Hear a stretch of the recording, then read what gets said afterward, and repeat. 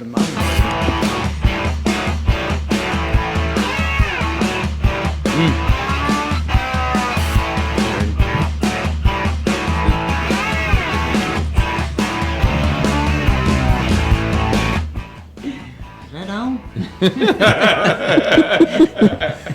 recording, Jody.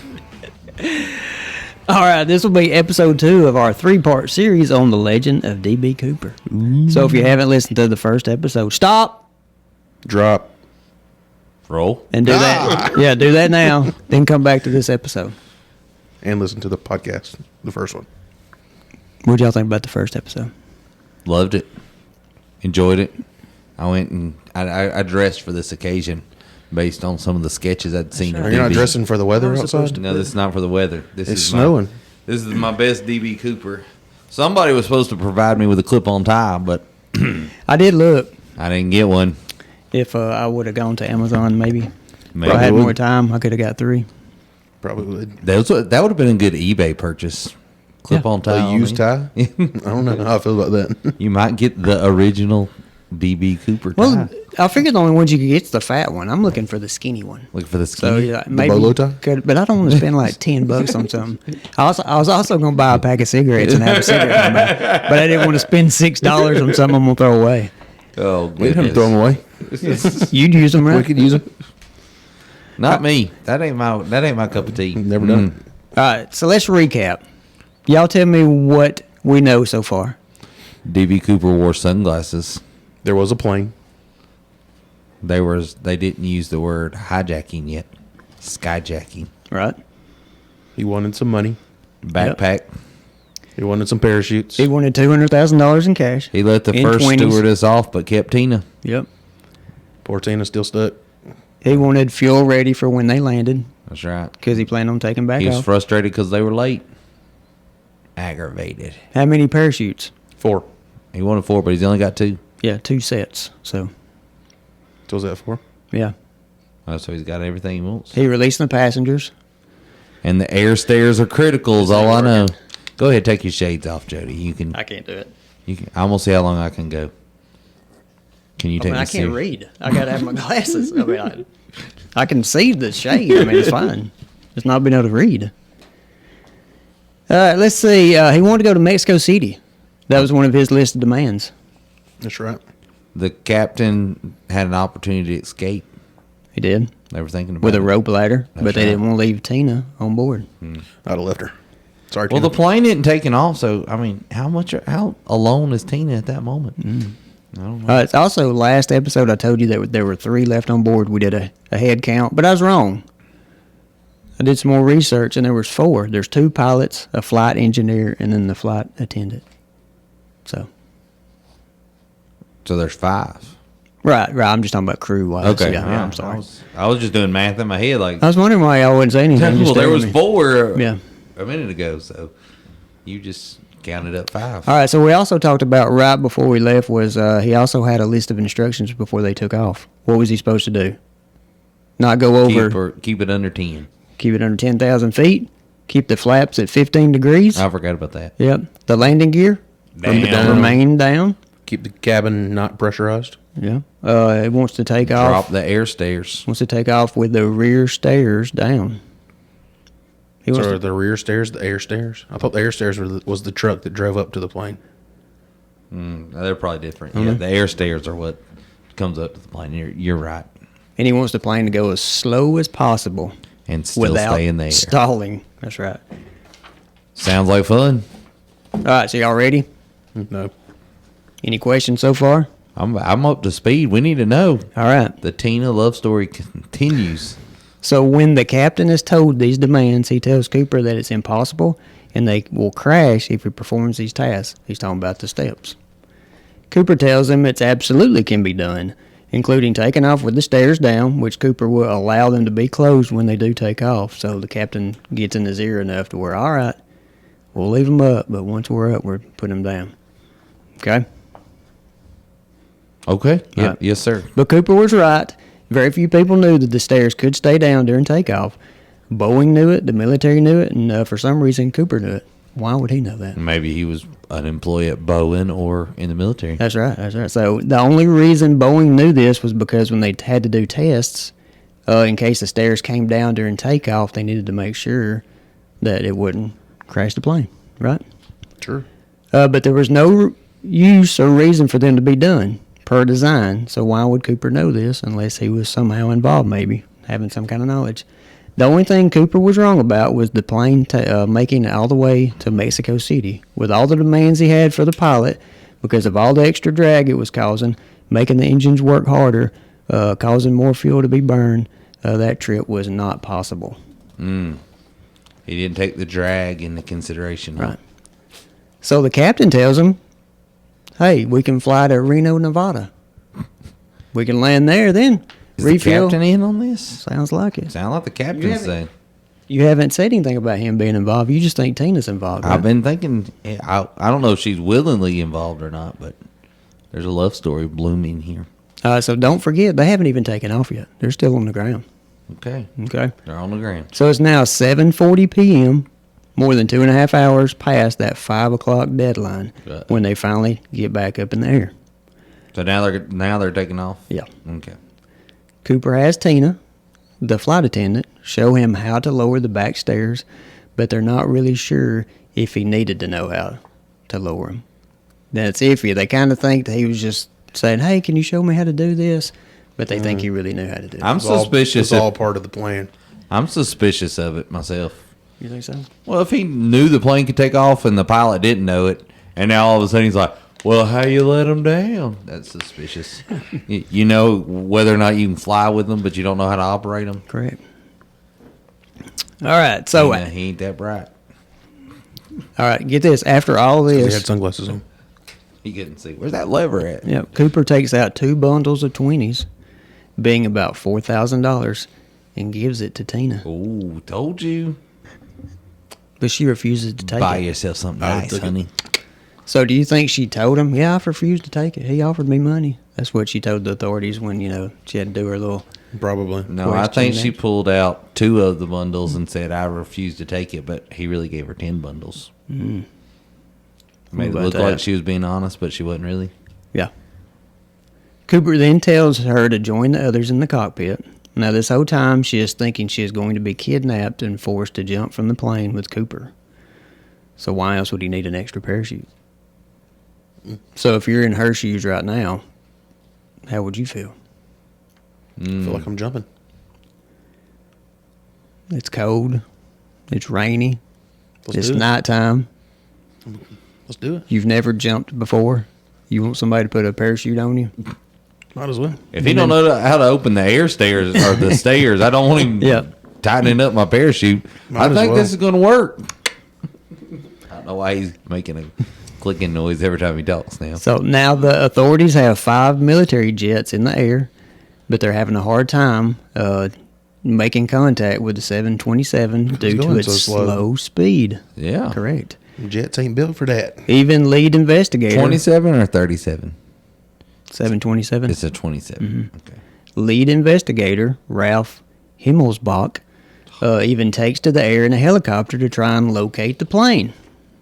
But remember several hours earlier when I was talking to you when the plane was circling the airport, it was starting to rain. Well, now the rain has basically turned into a storm, so it's making it impossible for the helicopter to see anything. Oh. Nice. So during this time, the 35 passengers and 2 crew members were being questioned, with almost all of them not having any idea that their plane had been hijacked. I still don't understand, we talked about it too, if you're circling for 2 hours, nobody's questioning anything? That was my thought. Or are they so far into the scotch and bourbon they don't care? Another round. Keep giving it to them. Did you say free drinks? Take us on another trip around. So remember, Cooper sat at the back of the plane, so really no one came in contact with him except for the young college student.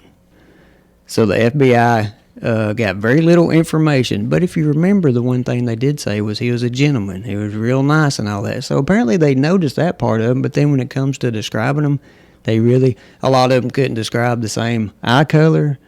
Some of the features were wrong. If you had a mustache, I don't know. I mean, to be fair, in passing, I don't necessarily study someone's eye color and whether they have facial hair or not, unless it's very something like So you gonna stand outish. You're gonna note their shirt color. Is that something? Probably not. If I'm on a flight and I'm just walking down the aisle and somebody says, "Hey, excuse me," or "Hey, whatever," just being nice. So I'll let you by. I'll say, "Okay, thanks, appreciate it," and just male and females, all you're noting, really, or not even that. I'm just going.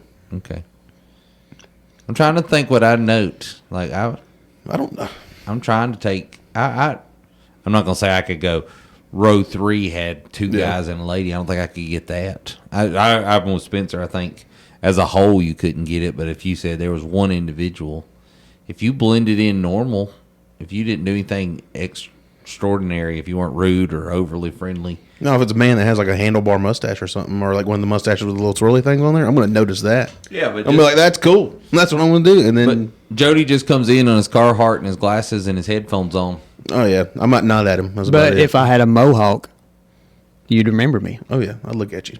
So it's got to be something like that. So he knew he was blending in. So him wearing the suit wasn't nothing out of the ordinary, because we talked about that too, that everybody wore a suit back then. Mm-hmm. So that's nothing unusual. Except maybe him putting the sunglasses on, during the... That would have stood out to me, I think, if I saw it. Yeah. But it was afternoon. And so if he was next to the window has sun coming in. Yeah, but that seems like a 2000 thing to do. We do nowadays. It's nighttime you see people wearing sunglasses. Back in the 70s, do you really see somebody like that? In the middle of the day, yeah. I think so. Yeah. Okay. What do I know? He had them if he had some aviators. He had some aviators. He tried to be Tom Cruise. So was it purposely done that he sat in the back? Oh, absolutely. I'd say so. I think so too. You're not constantly looking at him there. Did they board in a specific... I wonder if they boarded in a specific order back then. The order your tickets were bought in, I think it said. Well, it was only a third full, so I don't know if they really... I thought I remembered you telling us that you boarded in the order your tickets were purchased. Maybe so. But he was last minute too. So that would have put him last. Yeah. He was one of the last ones to board. Wouldn't you want to board first? So if you get your ticket... In that scenario, board first, head to the back. And just chill back there in the back. Nobody's going to notice you. But if it's a third full, you get your ticket last minute.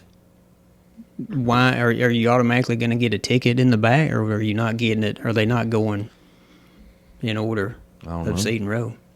But also, I don't think most you people want the front of the plane. Do you want all the weight in the front?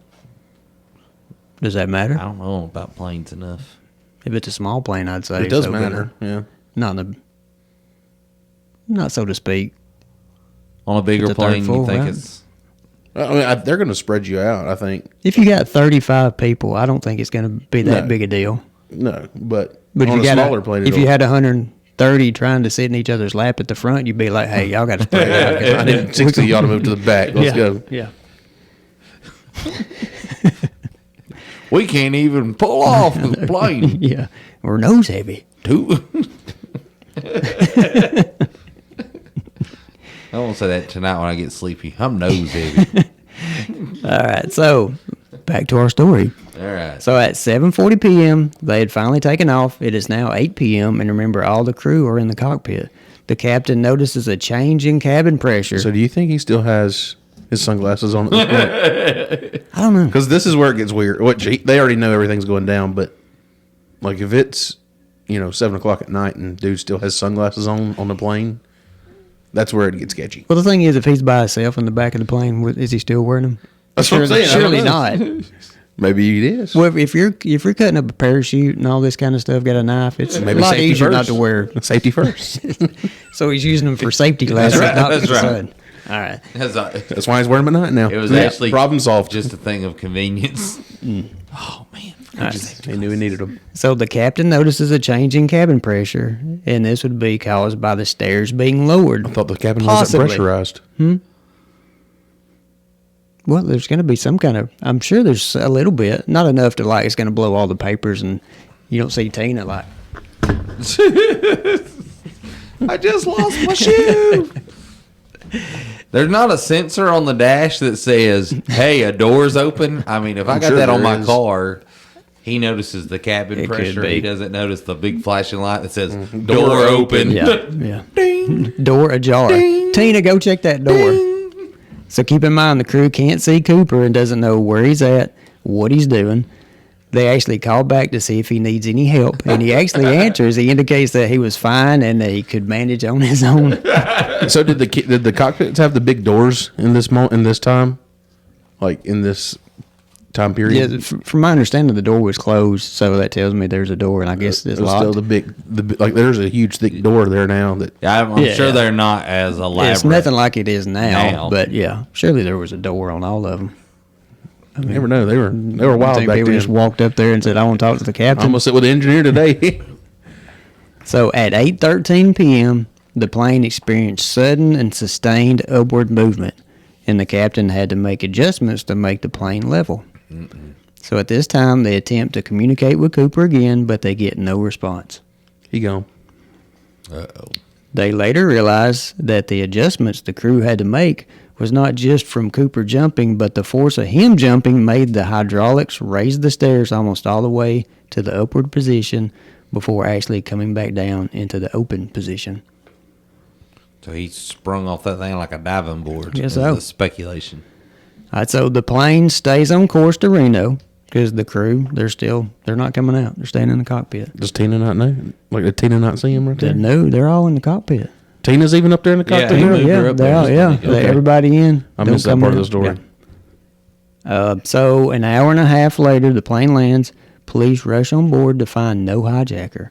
Keep in mind they landed with the back stairs down, and the crew never left the cockpit until authorities were on board. Sparks flying. Where was Cooper? When they land, do the sparks fly? Oh yeah, I'm sure. Yeah. What about the bomb? Are you going to give me that intel? Do we get There was no bomb. Do we get closure? It was all fake. I got a little bit. Okay. I'll tell you a little bit about it, but But, it'd actually be in the next episode. Okay, all right. Stay tuned. More details. So let's go back for a minute. 8 p.m. Stairs apparently drop because he experiences a little bit of Pressurized pressure change. cabin. Not enough to disrupt, make a hole come out the window, whatever. 8:13. Apparently Cooper jumps. Okay, so you got 13 minutes from where the stairs drop to when he jumps. Who's making note of specific times? I guess they notate it. You can probably hear it on the radio. They Well, probably between that mention and somewhere. the engineer, I would figure that they have to notate when Okay, there's right. some kind of, and maybe the computer, computerized system. But this is what they go by when they actually start searching for him. Okay. Because they needed to know exactly when, the cabin pressure started and when the stabilization, when they had to level off the plane again, when they thought that's when he jumped, they needed to know exactly where they were at en route to Reno. Yeah, so then now they can figure out what they're over at Yeah. that time. What were they over? At the time, Yeah. a forest. Okay. So that was 13 minutes from dropping the stairs to when he jumped. What is he doing for 13 minutes?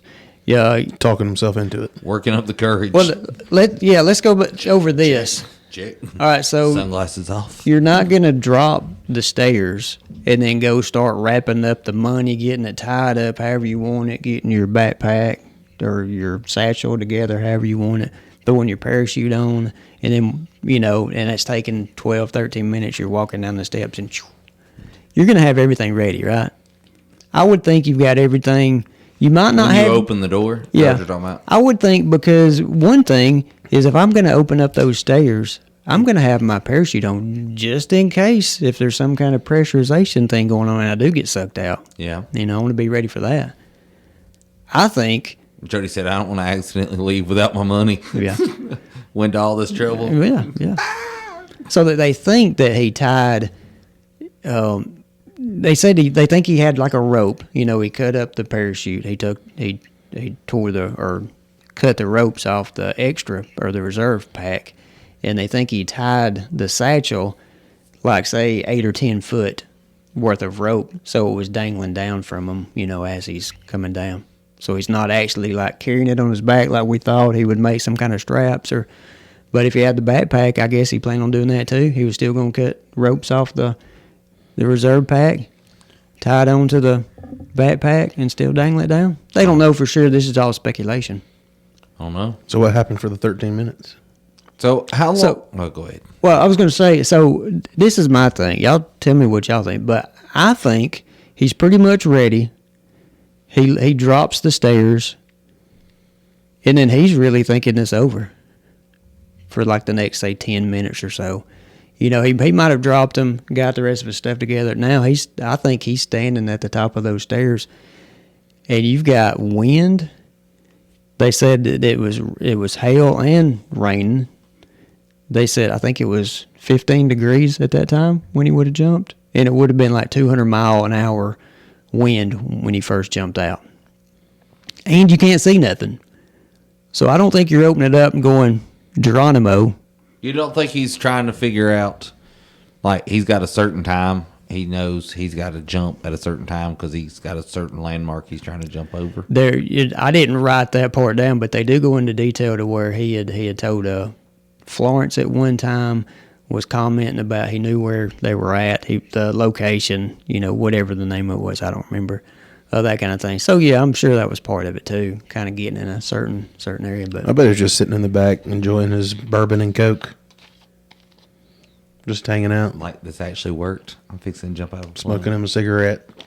that might be what gave him the The courage to do courage it. to go jump. I don't know. What I feel what like would he's you just- do? I feel like he's chilling. Think about it. You look out the back of a plane. It's nighttime. There's nothing. It's like a black hole. Which this goes loud. in. I mean, I think he's chilling, but it goes into what I think, well, who I think he is, and what we're going to learn in episode 3 about the so said DB Cooper. And so I think he was just up there chilling. Okay. He was just prepping his brain, saying, Just "Let's do this thing." Let's do it. Is that what you think? Getting him a little drink, smoking a couple cigarettes. I think he's got a certain landmark he's trying to get to. There's some way, some form, something. So if he heads to the destination, the pilot offers an idea. He's still flying in the same general flight path, right? Mexico City, Reno, same from Seattle. He's probably headed that same direction right now. So he just needs to get X number. He got on there at 7:40. I think that's what you said, 7:40. So he's like, I got to kill some time. So he's just waiting on that certain spot. So I don't know what he's doing while he's doing it, but And why do you think he opened the door so early? why'd he open it so early? Mm-hmm. Just in case he had any oopsies, in case it's harder than he thought. But 'Cause remember, he wanted to take off with it open, so opening it at a certain time really doesn't matter. Yeah, because he was content to ride the whole way with it open. Yeah, but you think he'd just open it randomly at the middle of the flight? I think he's trying to get his courage up. Okay. But I don't think, if you're going to do this and you just randomly think this through, hey, you know what? I'm going to get on an airplane. I'm going to see if I can get some parachutes, and eventually I'm going to jump out with some money.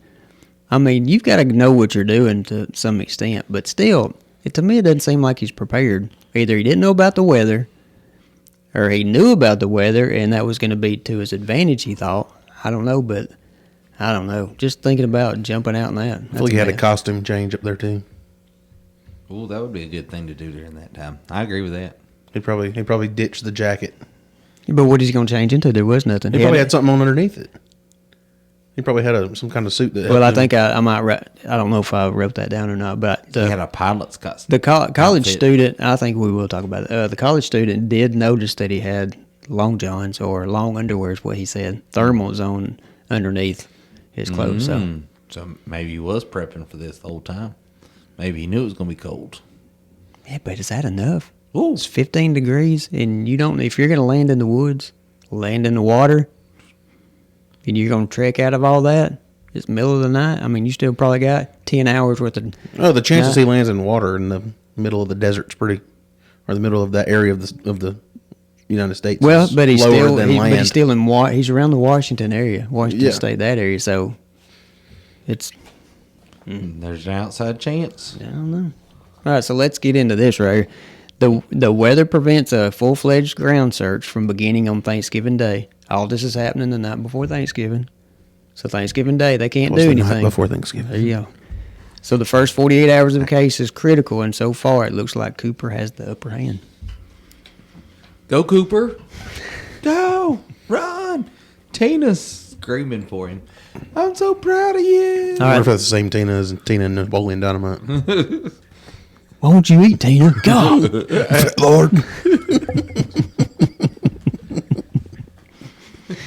All right. So back to the timing with Cooper. What day is it? We talked about it's the day before Thanksgiving. So what's happening on Thanksgiving? All businesses are trying to close up. They're trying to get done for the holidays. No one wants to be out. I'm talking about the authorities too. Maybe he's thinking that the resources, manpower is not going to be that great when he does this also. Does that make sense? If the bank's FDI insured, they're not even looking for it either. Yeah, just take get it on Friday. Did FDIC insurance last then? Or would it exist in the 1970s? I would say so. I think it's a product of the Depression. And so it'd be in the evening before Thanksgiving, the plane not being full. Do you think he thought that out, or do you think that was happenstance?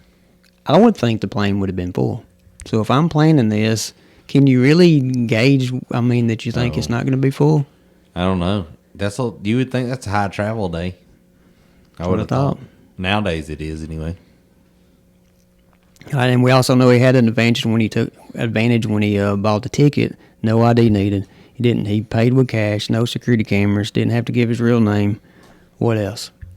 So a lot of these things are to his advantage. So it's almost like he thought all of this out.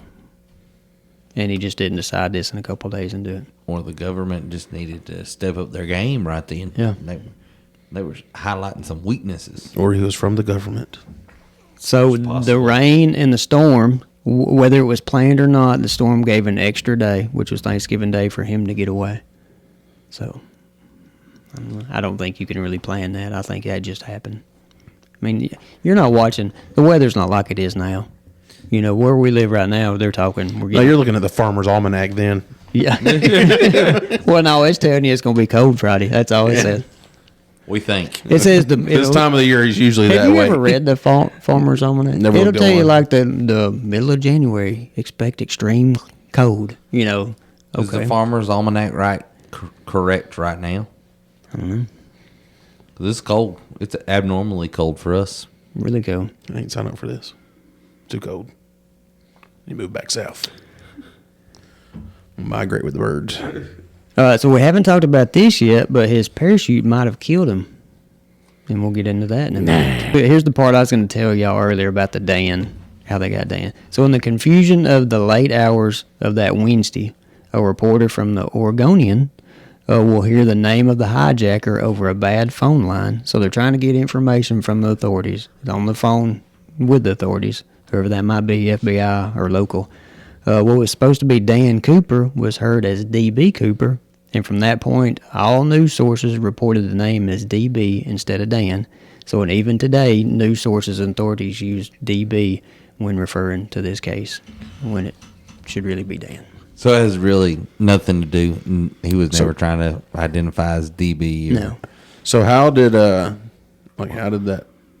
not know that? Like, how did the people that were at the airport that knew his ticket was Dan Cooper not say, "Hey, Correction. it's Dan. Correction. Not Yeah. DB, it's I don't Dan." I think they probably thought, well, the cops got more information, and it's Dan, but his middle name starts with a B, so it's DB. He goes by it. I don't know. Daniel Bryan is actually what his name is. So, and by the way, the But he goes by investigator, DB. that Himmelsbach guy, the lead investigator, he believed that he didn't survive the jump this whole time. He's thinking, there's no way. Oh, he survived. You think he did? I think he did.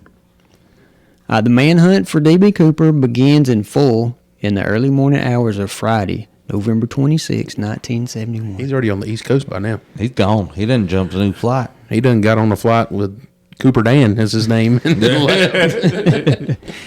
Authorities from multiple agencies in southwestern Washington, FBI agents from Portland, Boise, Seattle, and Spokane arrive. Physical evidence they found on the plane. They find a bourbon glass. Told you. That could be used for something at some point. DNA. Right? Get the DNA. There's a problem with that. The stuff wasn't that good back then. No, well, they could have hung on to it, but for some reason, the glass got washed. Oh. So they Tina. so they can't use anything. So Tina comes out, sees he's gone, like, oh, better wash the dishes. Still for my it. job here. I don't think we can blame it on her. Tina's back in. She's possible suspect again. They found an open main parachute that was cut up by Cooper. Okay. We know that because we talked about that in the first episode. They find an unused reserve chute. We talked about that. They find a black clip-on tie Oh, we know he's changing the wardrobe. and a tie clip. Now, if we go back to the tie, they find DNA on the tie in the form of saliva, but never could match it to anyone. This is later on. Okay. They also, with the tie, they had someone look through an electron microscope and they found metal spirals in pure titanium. Titanium alloy was used in most industries at that time. It's basically titanium mixed with other substances. Pure titanium, which what they found on his tie, was very rare and only used in a very factory. few specialized metal working places, Ooh. chemical places, as well as military research and development. There Thought you you were about to go. tell me the Boeing factory used it. So this could be a clue on what he did for a living. And they also said that it being a tie, and if he had that on there, that meant he would have been in management, possibly. charge. So he would have been, yeah. So they're thinking engineer or something like that. So there's another clue. They recover several dozen fingerprints from the rear of the plane. All right. But there's so many because there's so many different people that And they didn't Really claim doesn't help nothing them. back then other than the glasses. doesn't help them out. They also recover Raleigh cigarette butts. Uh-oh, DNA. The one thing they really Burn off. wanted to find was, well, let me go back to this, but they weren't normal brand of cigarettes. They were also called coupon cigarettes. That's where he got his name from. The only problem about the cigarette butts was they got lost, This is getting mysterious. I'm telling you, he's from the government. like a cover-up. Just sounds to me. Somebody else found another stack of 20s at their in their mailbox. You lose them cigarettes. There's more where this came from. The one thing they really wanted to find was the note handed to the flight attendant, but they found out later that Cooper took it back. Ooh, Smart guy. that was a good plane. Also, the college student we talked about a second ago noticed Cooper was wearing long underwear, or what we call thermals. So the only consistent description they could get of Cooper was from Florence and Tina, who spent the most time with him. All right, all they could get basically was a white male, mid-40s, 5'10" to 6 foot tall, 175 pounds, average build, olive complexion, dark suit, black tie. We all know that. Eye color unknown. He did wear sunglasses at one point. So now they have enough of a description to start a composite sketch. Have y'all seen the sketch of them? I have seen the sketch. Okay. One group of agents works on figuring out just who the man is, while another group works with Northwest Orient Airlines to try and figure out where he is. They map out the flight plan. They compare the communications between the plane and the ground to the descriptions of events between Captain Scott and his crew. The flight path was 10 miles wide.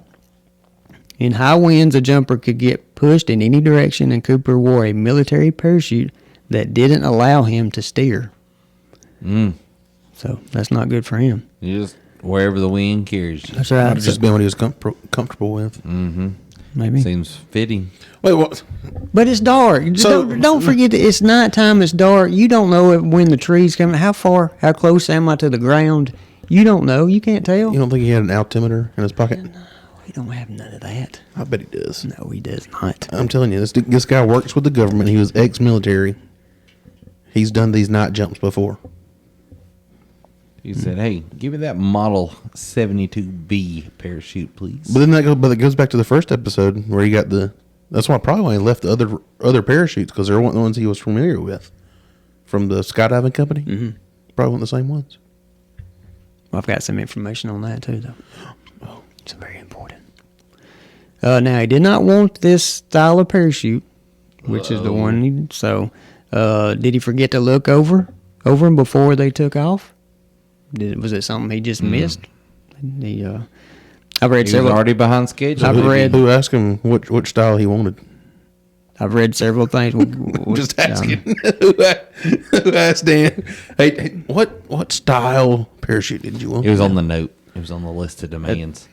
Was it? Some things I read also said that this is incorrect, that he did have full control. So you would think we'd know, Allegedly. but we will get into the person that went and got the parachutes. He's in a little bit of a hurry, so that might be why he didn't get the right ones. Or wrong ones. Who knows? He just got what he could. He's just like supermarket sweep shopping. Just throw some parachutes in the car and go. Yeah. So they end up thinking they have a pretty good idea of where to look for him, but this area is still about 25 square miles. This area is east of the Columbia River all the way to Vancouver, Washington. The original search area would have been over 120 square miles. So you got to think they pinpointed fairly well. 25 square miles is still a big area, Yeah. but compared to 120 square miles, yeah, it's a lot better. But they're way behind. They should have kept that 125. Should have kept it big. He was gone from that. He'd jumped on the bottom of a train somewhere. Now, most of this area is not accessible by road. It's just out in the wilderness. It's nothing but woods, tall pine trees, thickets, creeks, you name it. So it's the woods. Sounds like heaven. It's the woods. All right. Now, this is very interesting. During the search, which lasted for months, by the way, they used an SR-71 Blackbird. Do y'all know what that is? I think Helicopter. If you saw a picture, it's not a helicopter. It's a jet. You would know it if you saw it. What? It's a big old, long, weird-looking jet. It was a spy plane, and at one time it was the fastest plane in the world, and it might still be. I don't know. It flew from Los Angeles to New York in 1 hour and 4 minutes. So it's pretty fast. From Los Angeles to New York, and how fast? 1 hour and 4 minutes. That's normally like a 4 or 5 hour flight. That's But he was booking going it. Mach 2. Good night. They used this sophisticated radar and camera system, but the conditions were so bad and the cloud cover was so bad, it didn't help. They were zooming by everything so fast. How are they gonna find anything? Well, I was going to say if it's a spy plane, but all the clouds were bad. Sorry. So now they even start testing the 727 over the ocean with the rear stairs down. They're throwing weight off the back, trying to get the same result that the crew experienced that night with the stabilization. And they do have the same result, so they get it. They're just Just trying. imagine being Captain Scott and they just say, hey, come fly this plane out over the ocean real quick. Let us throw this stuff off and see if it's the same thing. Right. They're just trying to minimize the search area. And Nope, that's not quite it. this helps him to know that the 8:13 period, Cooper did in fact jump, and they could calculate the coordinates from there. Normally takes 5 hours to 5 hours and 22 minutes is the average flight time All right, so look at it. It's from a Los Angeles to New York. SR-71 Blackbird. Look at that real quick so you can see what kind of. Once you see it, you'll know. SR. Very pointy. Yeah, it's retired. The wings are kind of very at the back. Yeah. Yeah, I've seen those. It's very much a spy plane, isn't it? It looks just like Yeah. that Joker is zooming. Zoom, zoom. I can order you a T-shirt right here. Can you? Yep. I Or want the plane. All right, go ahead. some wall art. I can get you some wall art. You want the 3 Wheels credit card? Yep. Send it my You got way. one of those? Spencer doesn't know about it yet. We hadn't been telling him. Yeah. It's okay. Holding back. I can't even rent Sorry, a car I wasn't supposed to say that. or a cabin. That's right. One more year. One more. 3 more months, buddy. 3 more months. Almost there. Special Agent Larry Carr said no experienced parachutist would have jumped in the pitch black night in the rain with a 200-mile-an-hour wind in your face, wearing loafers and a trench coat. He also missed that his reserve chute was only for training and had been sewn shut, something a skilled skydiver would have checked. We haven't talked about that, but this is really what it was a kind of like a practice type Oh, when he parachute. grabbed that in a hurry. Yeah. They said, just throw the practice chute in there. He'll be fine. So that's the one that he picked to jump out with. So he didn't have a reserve. So if his main chute didn't open, Why does the practice chute not have a reserve? That seems like the worst one not to have a reserve. No, It's the, like- it's the like a practice train- chute was the reserve that he had, but the chute isn't the chute the one that's just not really a true chute. Is that what? It's like a training Yeah. parachute. But the reserve was sewn shut. It wasn't. Okay. It was just for training. I misunderstood. That's And all even though, I mean, Sorry. But why would it be sewn shut? Why just use a regular one with a reserve, and it can be used for training? That way you don't pull the reserve. It's like you're going an extra step too much to not allow somebody to have a reserve. You gotta learn from your mistakes Hey, you sometimes, know what? Jody. When the You're- thing don't work, you pull the don't know- reserve. Yeah, you don't know anything about parachute, and that's why we're only giving you one parachute. Now jump out, boy. That's right. That's what I'm saying. Like, shouldn't that be the one that has 2 or 3 reserves? Yeah. I mean, I want somebody to jump out behind me with a reserve in case both of mine don't open. I can try and hook on to his and Give me your legs. something. Oh, goodness. That'd be wild. All right, so let's talk about the weather for a minute. Is that the air conditioner? It is. It most certainly is. I'm hearing. Is it the buzz? It is blasting me in the face right now. I was like, man, We need to shut that vent. I don't know. We need to go bump it up. Something. All right. So if we're talking about the weather, we know it was cold and rainy the day he jumped, and the Just trying to days. recreate events in here. Yeah, apparently, and days after. So y'all listen. Hey, stay with me. We're almost done. Okay. We're to the finish line.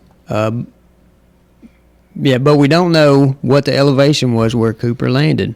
Data from Stampede Pass, which sits on the central Washington Cascades at 3,500 feet, and about 100 miles north of where Cooper probably ended up, registered steady snowfall on the 24th and for 4 days after.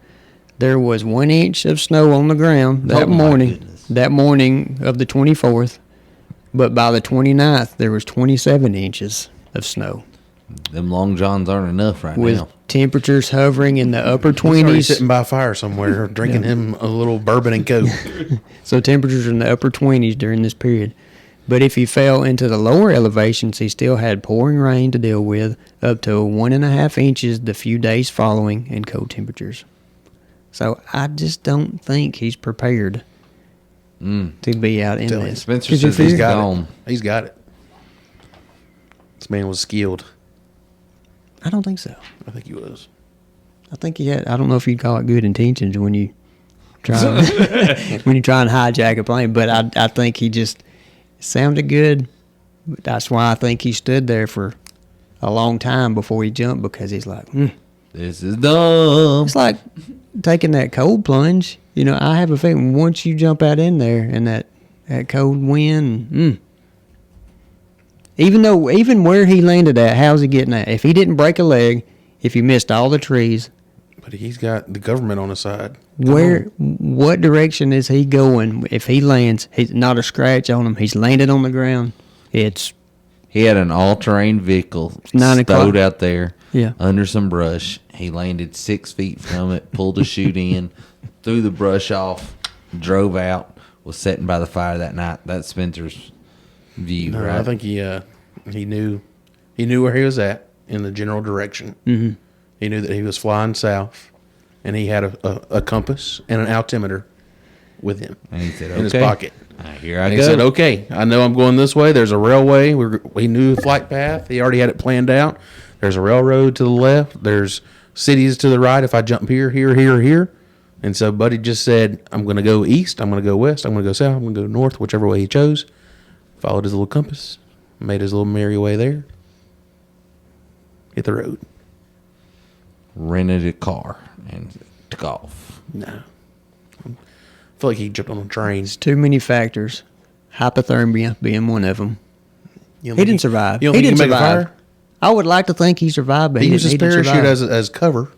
There's his tent. He made a fire underneath it. There you go. All right, so he lands. He gets his parachute. He grabs it. He wraps it up, takes it with him, so nobody will find it. Absolutely. That's the only. I mean, if he's alive, you got to take the chute with you because Yeah. You can't leave it behind. You can't be leaving evidence out there. That's going to be the easy way to find you. 4 or 5 hours walking around in the woods in the dark. You think you're still going to be all right having $200,000 in this satchel that you got under one arm. That's what the rope he's pulling up behind him. You can't. It's the thicket, man. It's getting caught up on everything. You got to hold it. You got it over your head sometimes. You might burn the parachute. It's possible you burn the parachute just to eliminate the evidence. You need some heat. You get warm. You get rid of some evidence. I don't think that Zippo's going to work out there. It's already gotten wet. He's got matches. He's got those waterproof matches. That's right. He's y'all got are that survival kit. See, y'all, it's like 17-1. when it goes down. Just like we talk about surviving. Mm-hmm. See, I think you think you're going to be all right, and you're not going to be. Oh. That's the same thing you're thinking with DB Cooper. Oh, he's fine. He's fine. No, he's not. He's dead. He's dead. He's dead. He's dead. Why didn't they find his body? He landed in the water. Why didn't they find his body? He landed in the water. He landed in the water. He's easier to find, right? He's floating eventually. No, he had so much speed because that chute didn't open. So he was like a torpedo. He's at the bottom. He feet first. Nah. Yeah, he's in the muck. Oh. Yeah. He followed the river. He found the nearest water, nearest creek, followed it upstream. There you go. Civilization. If anybody's got any comments on what they think happened to old Cooper, let us know. Let us know. But I really don't think he survived. All right, so we got one more episode. We'll get into I want to know who where the Tina is suspects. now. I want to know where Tina I saw a is picture of Tina now. She's older. now. I'd imagine so. What's the other girls? What's the other Florence. You had Florence. Alice and you had Florence. Alice. We didn't hear much about Alice. Yeah, We Alice- just got her name as a passing. I don't know what Alice was doing because she just, Nothing, apparently. but she got kicked off the plane quick, didn't she? Get out of here. Did Tina strike it rich? I don't know. Did the pilot? What's happened with the? What was the pilot? Scott, Captain Scott. Did Captain Scott come into a large sum of money? Well, I would think I would be writing a lot of books, doing a lot of interviews. Did cash in on your 15 minutes of fame? Mm-hmm. Okay. We're gonna wrap it all up next week. Yep, that's it. So check us out on our social media. What all we got? YouTube, TikTok. Speaking of TikTok, 125,000. is that right? I don't know. It was 100. I think it's 126. It's right there at Was it. Yeah, Let's check.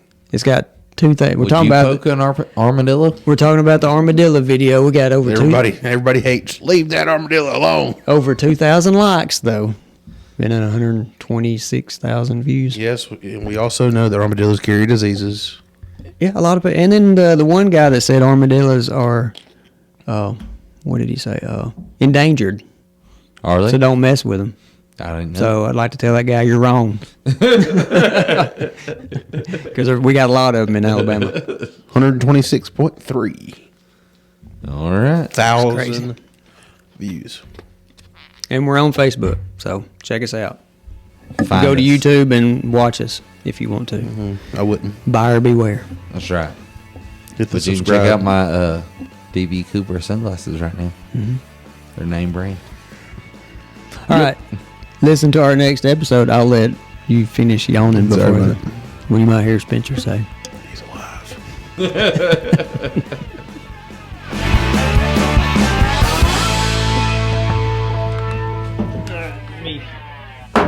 Read up on this last one. I told Spencer that I lost part of my papers on the final episode. Y'all start without me. I gotta do the Zoom call real quick. Oh, that worked out good.